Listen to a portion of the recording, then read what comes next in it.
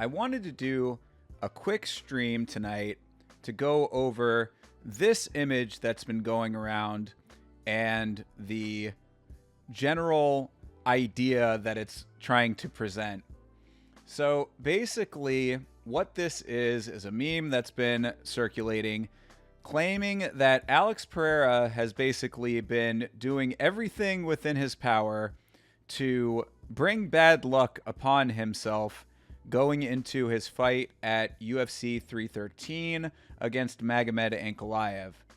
Top left is Alex and Drake meeting with one another. The top right is Alex winning Fighter of the Year for last year. Bottom left is Alex featured on a mock-up of the UFC 6 video game.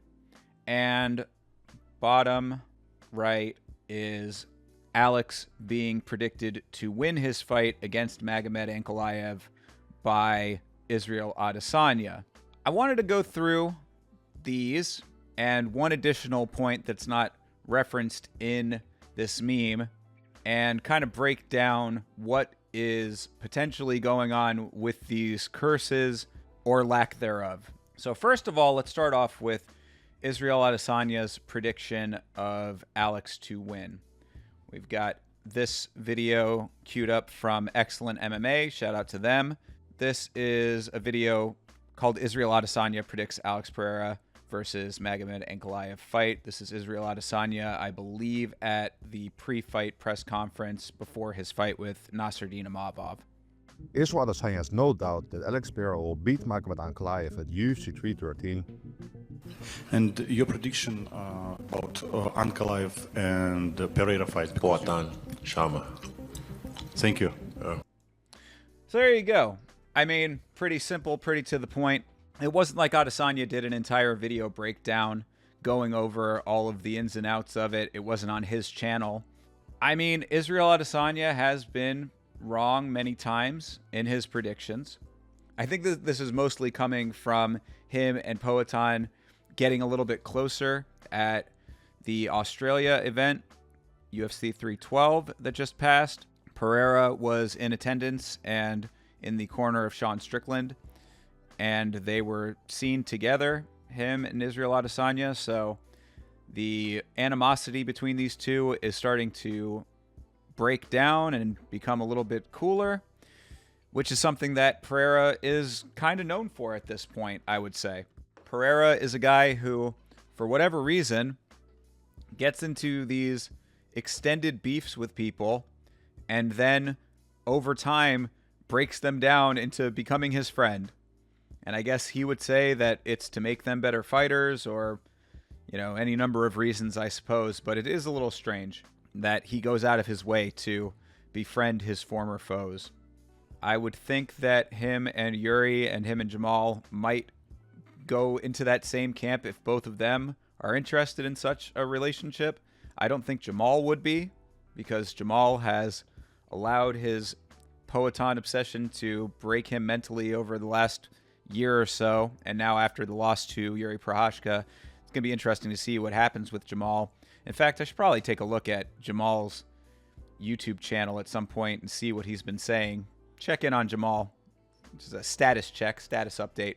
But anyway, the point is here is that Israel Adesanya selecting Poatan to beat Ankalaev does not surprise me very much, given this new relationship that they have. I think that Israel Adesanya has generally let his emotions dictate who he believes is going to win in fights for the majority of the time he's been putting out predictions online. If it's a fighter that he's tight with, they're getting the prediction. If it's a fighter that he doesn't like, he's going to predict against them. I think he might have picked Alex to win a fight prior to this, so maybe there's some wrinkle in that logic, but either way, that's where that part of the curse equation plays out. So that's number one.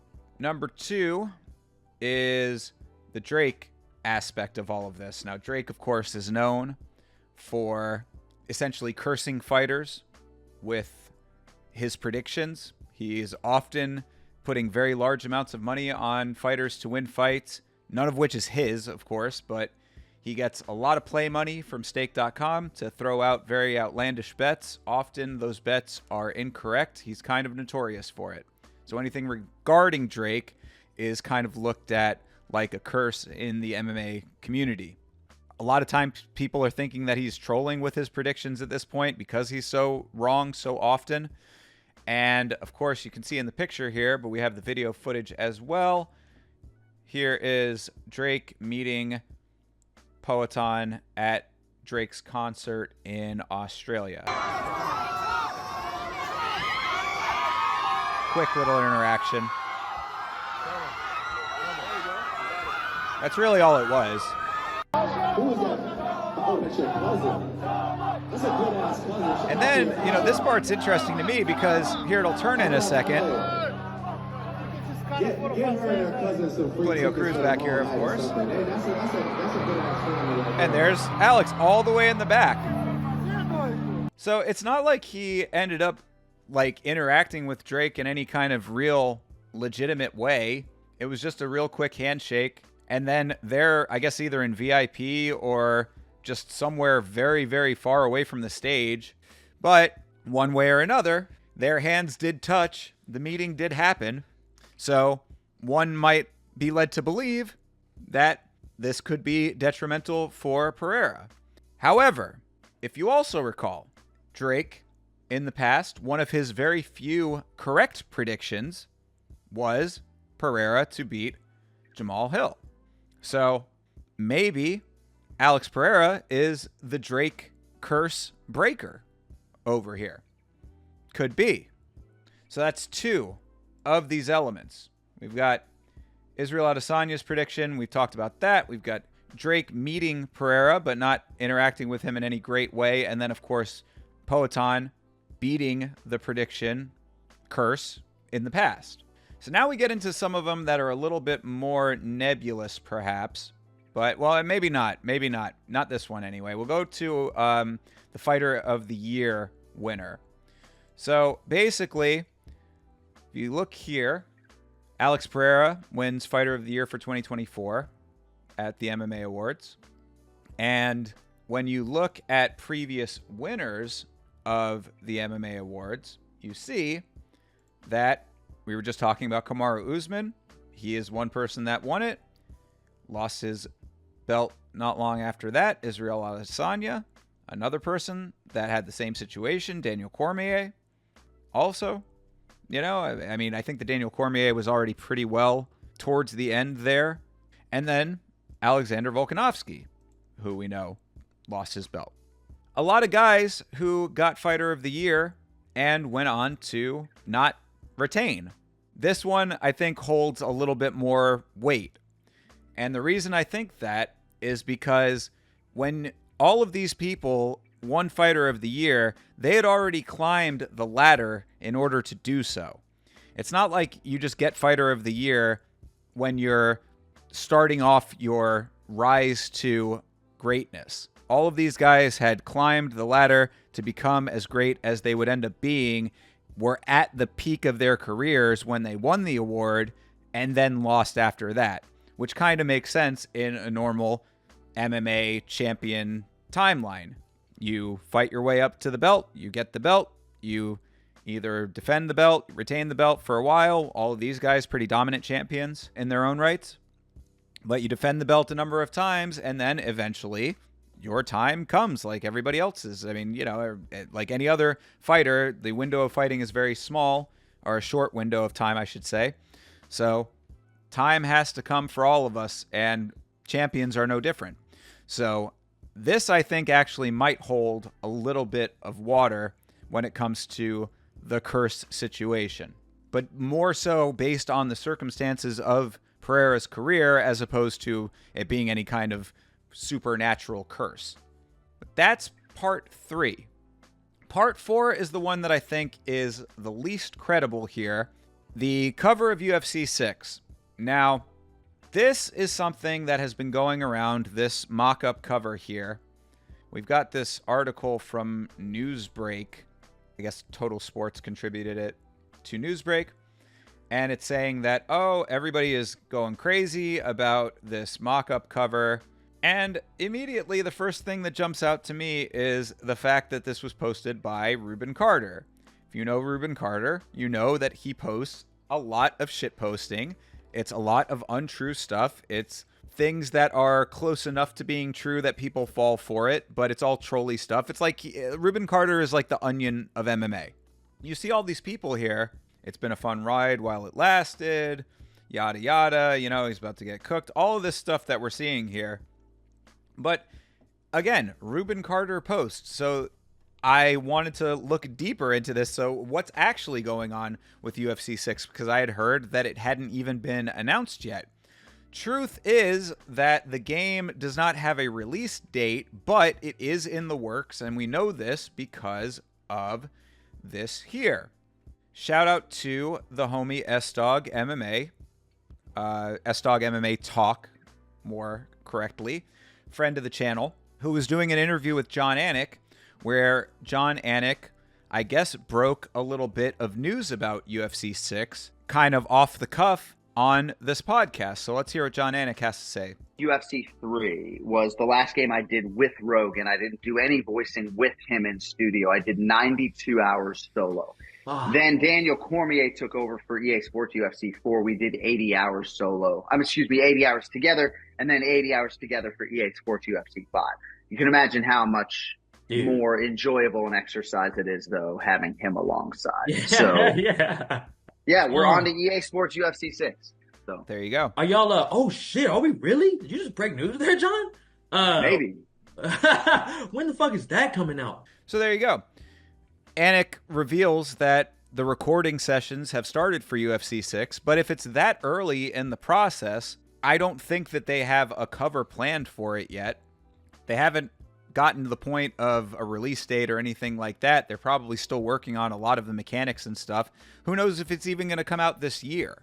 I don't think that there's any credibility to this cover being something that people should be concerned about as far as curses go, because the EA Sports UFC series has been a pretty definitive curse for fighters in the past. Volkanovski, Shevchenko, a number of Adesanya, of course, too. A number of fighters have been on the cover and pretty much across the board have lost their greatness immediately after that. But this, I think, is unfounded at this time. So we go back over to this article here. We scroll down to the end.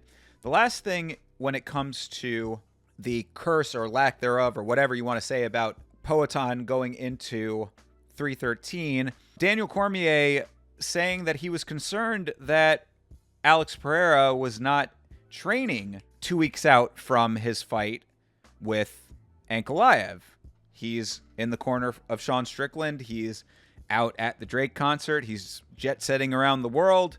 When is he in the gym? When is he actually doing his training?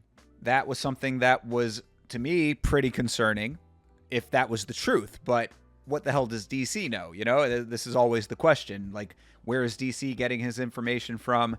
How does he know that Pereira's not still training? Of course, he goes everywhere with his coach, Plinio Cruz. So, in theory at least, he could be training wherever he goes. If there's a gym and a coach, there's the ability to train, I would think. You know, I'm sure that there's other stuff that goes into it, other coaches and all that kind of stuff. But at its core, you have your coach, you have the necessary equipment and facility, you have a training session. Pereira responds, it's from SureDog here. Pereira responds to DC's comments saying, "Don't worry, DC, we're over here working." Some footage of him training.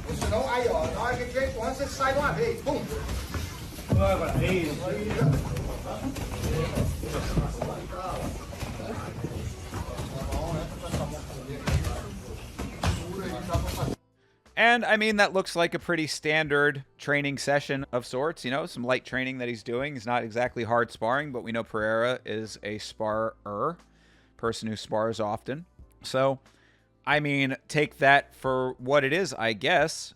Is that enough to sway you? Well, it was not enough to sway Mr. Chael Sonnen here, because Chael, who always has the most across-the-board accurate, 100% correct takes on everything, made this video response, so I'll refresh this. This argument with Daniel Cormier, Alex Pereira to stick around, stay in Australia, walk onto the stage with Drake for a performance that he was having. And it's a problem. It would have been very difficult for Alex Pereira to turn that down. Like, if Drake makes that offer, I'm probably staying an extra day and I'm going on stage with Drake. That's me fighting every urge that I have right now to bury Drake and tell you what a dork he is. It's a really big problem. If you have practice, that's called practice. Training is something totally different. You got to go to practice every single day. Then you will mark on a calendar where you are buckled down. No matter how you feel right now, no matter how you feel when you accept that invite to Drake, no matter any of those things, there will be a moment just before you make that walk and you will ask yourself, do I deserve to win? Have I done everything possible to make sure I do win? And if that answer is not yes, you will know it in that moment, and it will bite you in that moment.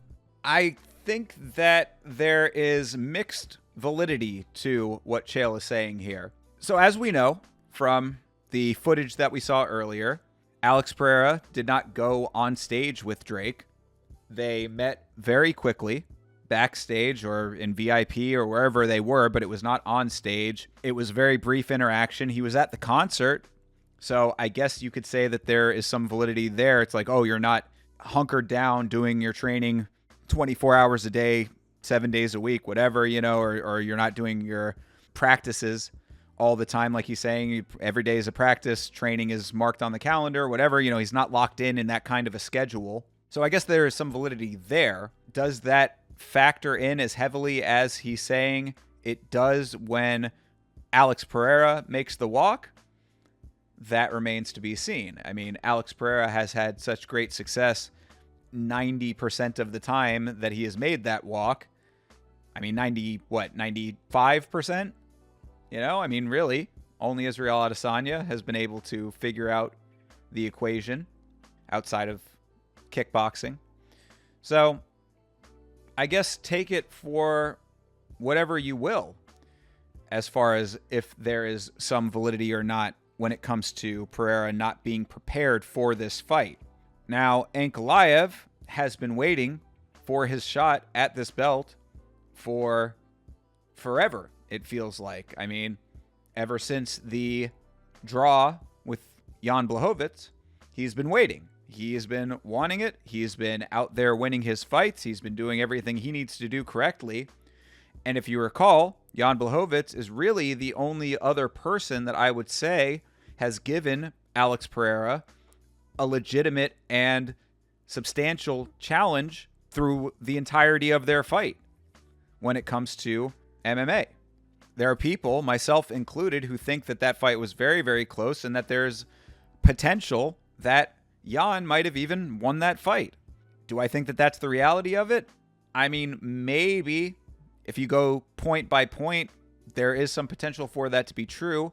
But overall, you know, Alex wins. I don't think anybody was mad at it necessarily, except for the people who bet on Jan. And I in the moment, I didn't think, wow, this was some kind of great robbery. But there is potential for that to be the reality, that Jan Blachowicz might have won that fight. Jan goes to draw with Ankalaev.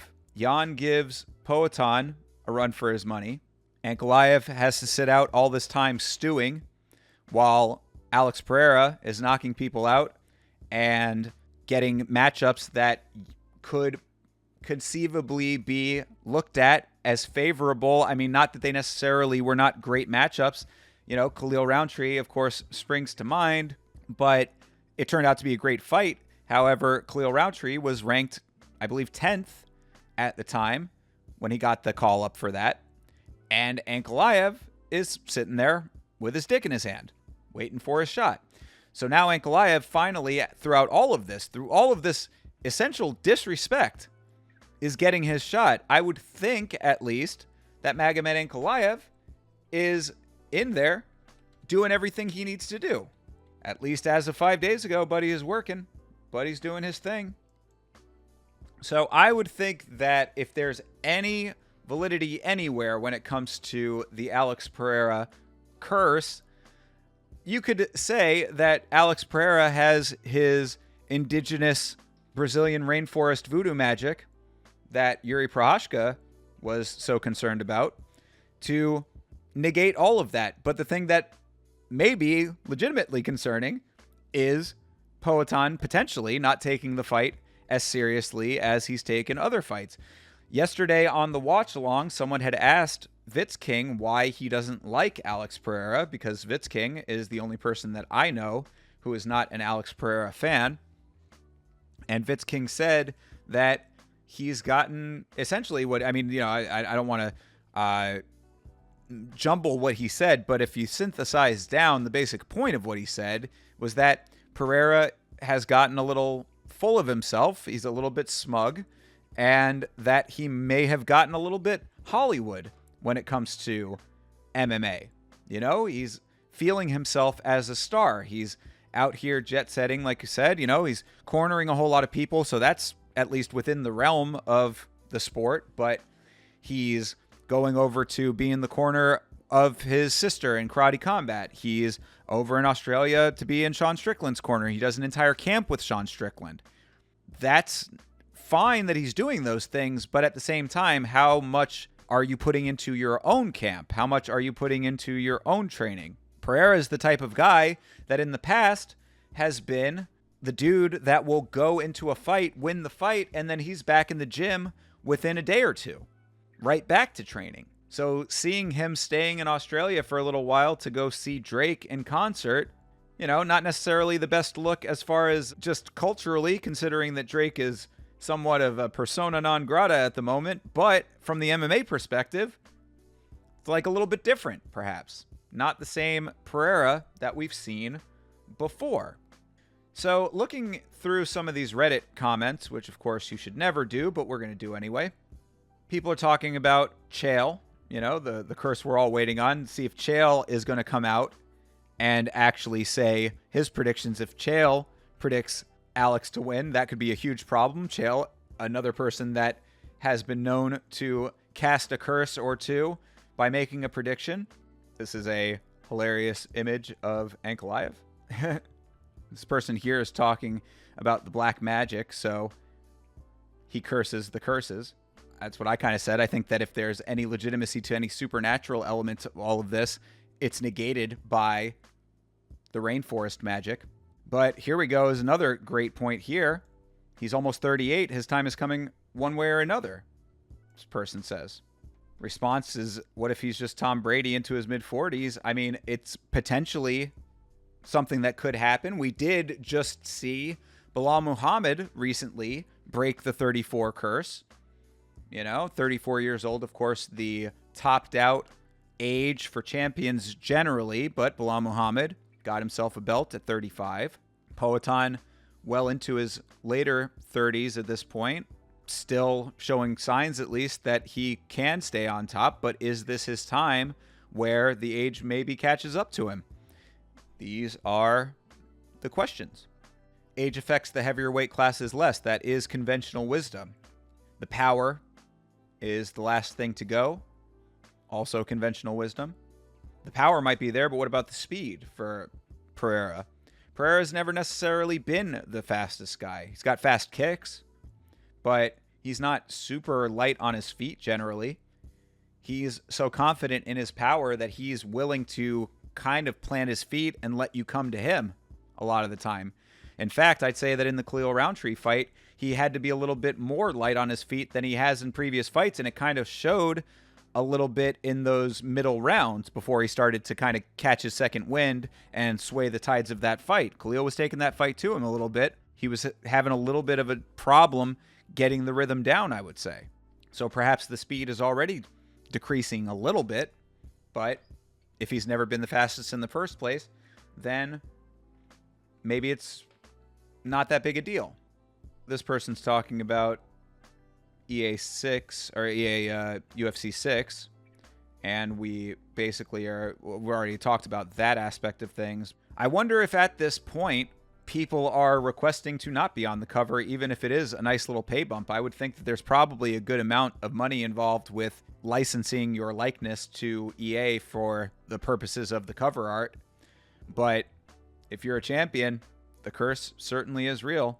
This person saying that the only one that actually has them concerned is the Drake curse. That shit is real. We know that's the truth. Oh, I didn't know that this was a thing. TheDrakeCurse.com. Look at this. A decades-long meme claimed rapper Drake could curse sports teams and athletes. In February 2022, he started making $30 million worth of outlandish sports bets. Is he beating the allegations? This is an interesting little breakdown here. With 5 out of 8 official curses, UFC fighters should probably be the most nervous if they receive a pre-fight Drake endorsement. A lot of MMA fighters here and a lot of losses.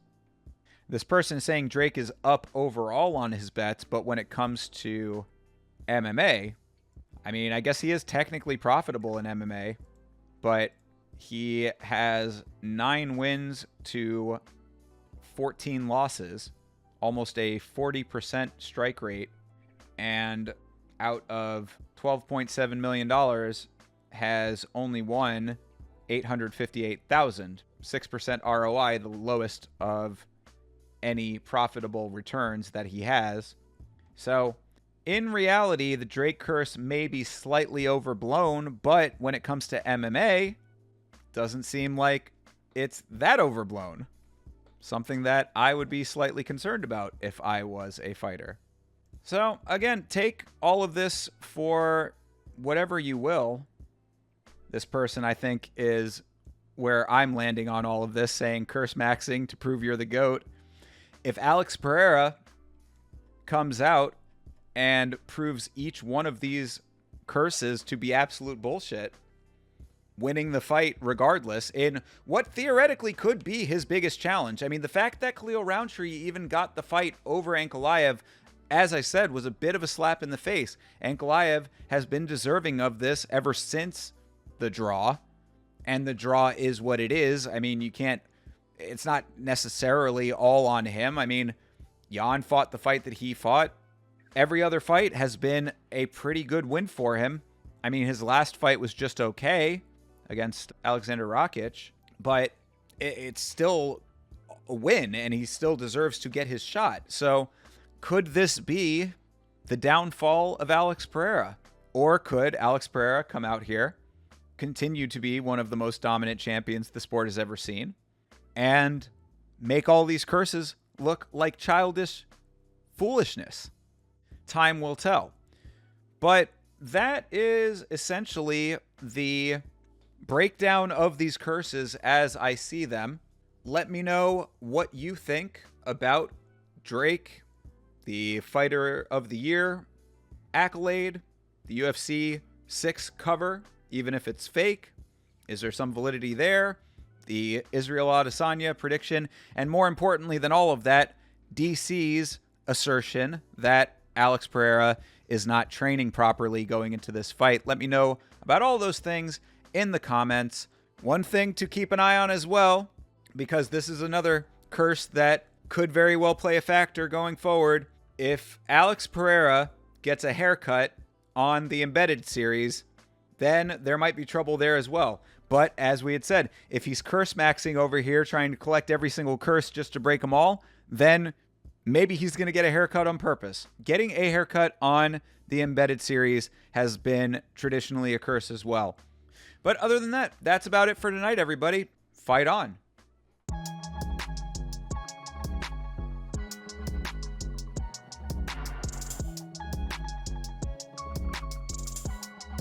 Game.